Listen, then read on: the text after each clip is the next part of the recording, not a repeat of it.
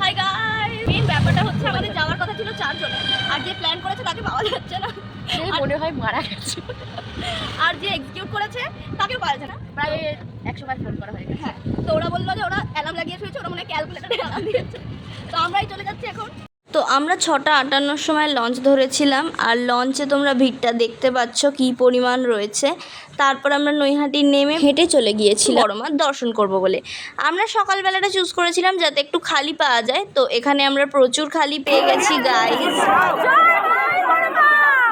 প্রথমবার বড়মাকে সামনাসামনি দেখে আমি প্রচণ্ড পরিমাণে মুগ্ধ হয়ে গিয়েছিলাম। তারপর আমরা হাঁটতে হাঁটতে সেই লাইনের আরও কিছু ঠাকুর দেখে নিয়েছিলাম। সকালবেলায় খালি পেটে বেরিয়ে পড়ার জন্য আমাদের মারাত্মক খিদে পেয়েছি। ঠাকুর দেখার পরেই আমরা সাথে সাথে খেয়ে নিলাম।